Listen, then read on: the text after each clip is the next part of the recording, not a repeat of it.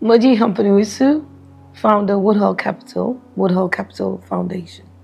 The most memorable, I would say, was when we took the decision to finally go international. It was always something that was talked about, something that we planned to, but weren't sure what time. But in 2019, we decided to open in London, and that was surreal because I had left as an employee and I was coming back to open offices right next to the great banks that I had worked in when I was in my 20s. So that was pretty surreal. And I dare say that when you catch the bug, you catch it good. And in 2020, during COVID, we decided to open the office in Dubai.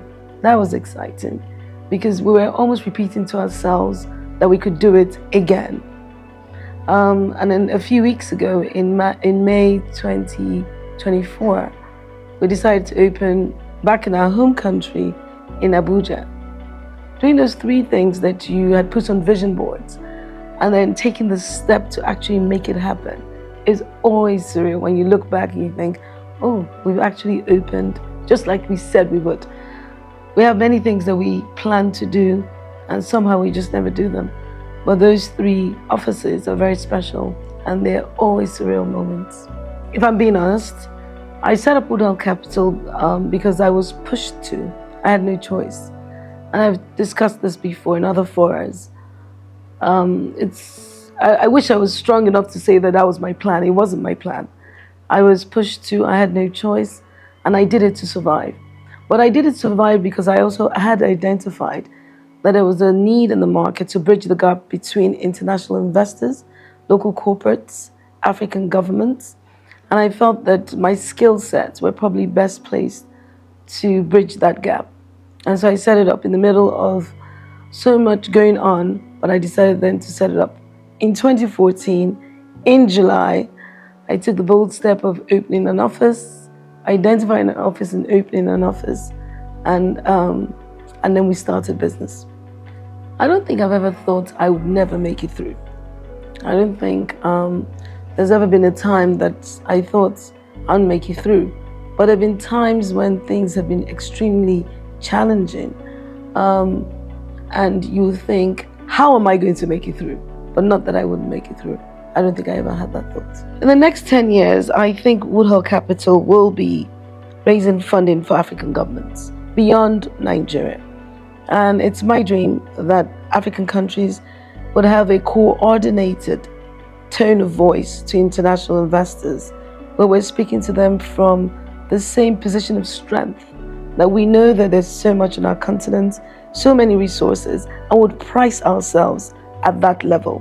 And it's only possible when we are able to coordinate our discussions, and that bridge that we're trying to create, Pan-African, would be more aligned and would have the same tone, the same voice, and will price ourselves correctly to international investors. That's what I think the next role that Woodhall Capital has to play in the international funding markets. A favorite child of God. I don't really know how we've been able to get to this point. I wish I could say I do know, but I don't know.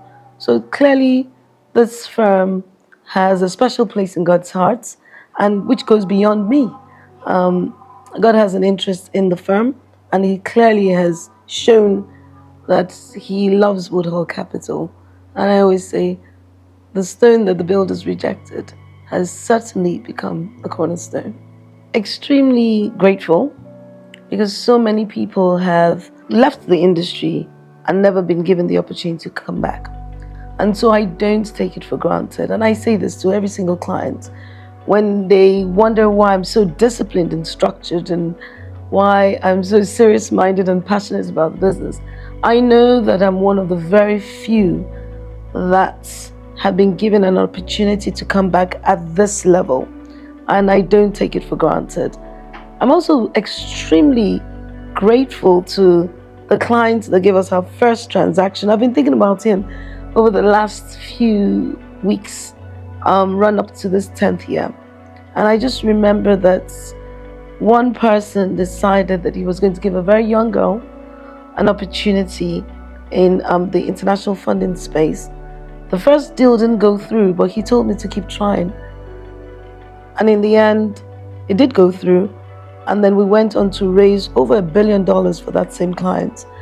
That's surreal. And I promised myself that just like someone gave me a chance and was patient while I was in the process, I will certainly let the ladder down and be patient with people and give other people a chance to fulfill their destiny. So help me God. I think I'm extremely fortunate to have a partner who really, really, really believes in your purpose. It's one thing for someone to love you, but it's another thing for the person to believe in your purpose and to appoint himself to ensure that you fulfill that purpose. I'm extremely fortunate to have my husband, who I hear him sometimes speak. I heard him today telling someone, we're 10 in 10. And it's always been a we for him, never a she. And that, I don't want to be cliched, has to be the wind beneath my wings. I wouldn't be able to do any of this. No woman can do any of this. Nobody can do any of this. Society doesn't expect you to operate at such high levels. They expect you to do well, but maybe not operate at this altitude. You can only do this if you have someone who not only loves you, but is determined that you must fulfill purpose. And I have that in my husband, and I'm extremely grateful. And I say to myself every single day that I wouldn't take it for granted. I don't take it for granted. And I think everyone knows that I don't take it for granted, because I know I'm blessed, and a huge part of my why and how is because that man loves me deeply.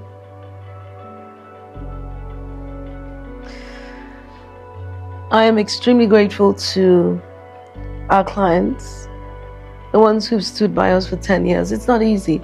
Our first client is still a major client to Woodhall Capital, and just believing in us. And what I like about our clients is that they've chosen to use an unknown company as a secret weapon to raise international funding for themselves.